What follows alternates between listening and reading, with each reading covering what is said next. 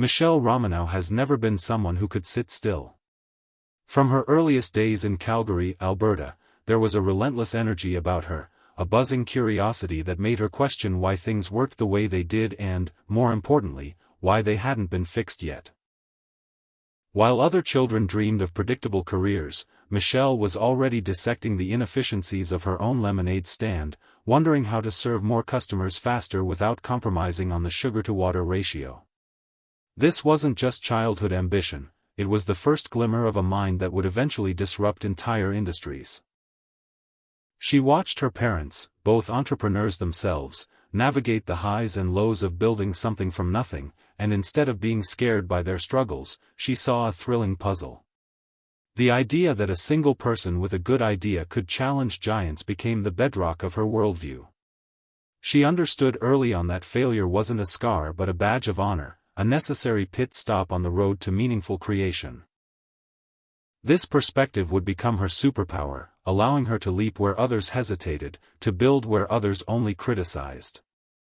Her academic path led her to the University of Calgary's Schulich School of Engineering, not because she loved machines, but because she loved systems.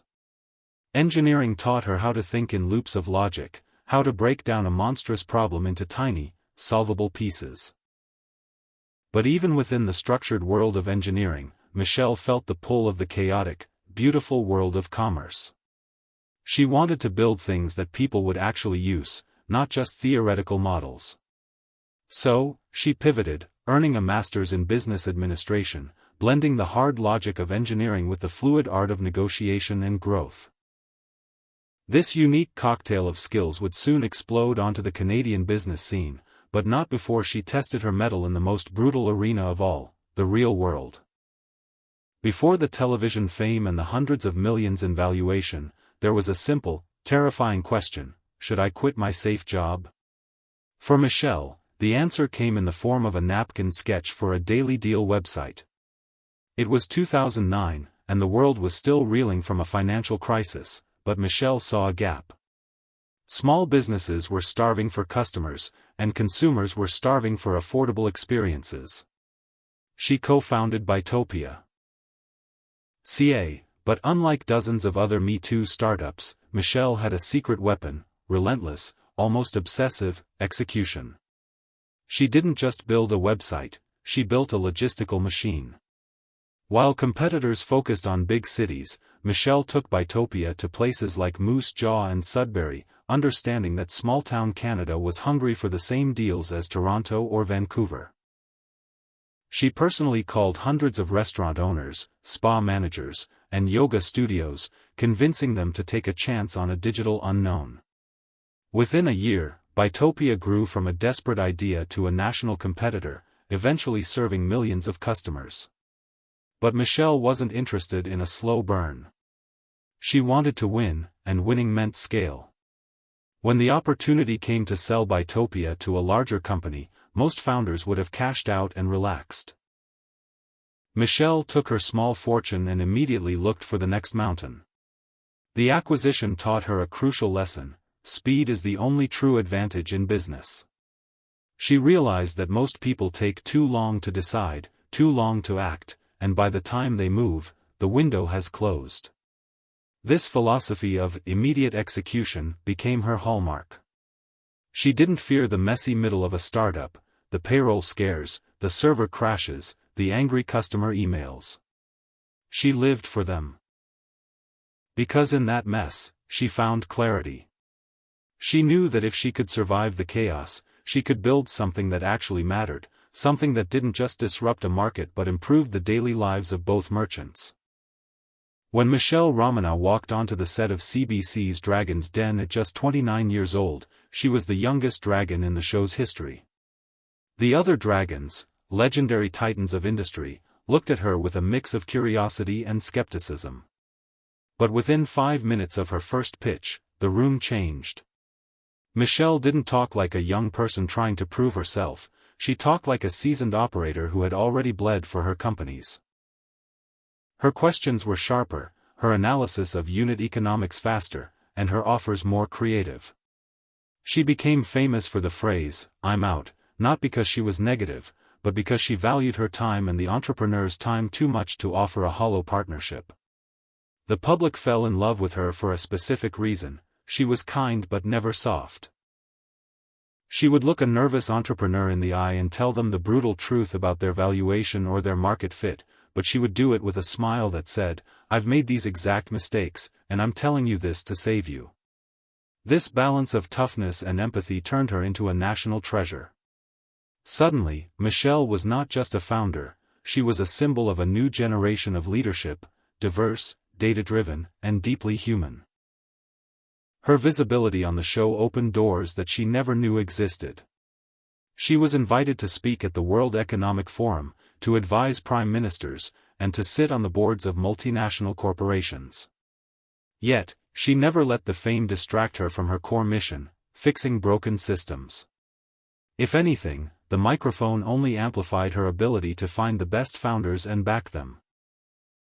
She used her platform to champion female entrepreneurs, indigenous business owners, and anyone who felt like the old boys club had no place for them. Michele proved that you don't have to be a bully to be a boss. You just have to be prepared. While millions watched her on television, Michele was quietly constructing her magnum opus, Clearbanc, later renamed Clearco. The problem she identified was maddeningly simple yet devastatingly pervasive. She knew that the old way of funding startups, going to venture capital firms, giving up 20% of your company, and spending 4 months on a roadshow, was fundamentally broken for most businesses. Digital entrepreneurs didn't need a board member telling them how to design their logo. They needed cash, fast, to buy Facebook ads and Google keywords. So, Michele and her co-founder, Andrew D'Souza, built a robot. That robot used algorithms to look at a company's real-time revenue data, not their PowerPoint deck. Within 24 hours, Clearco could offer a non-dilutive funding decision.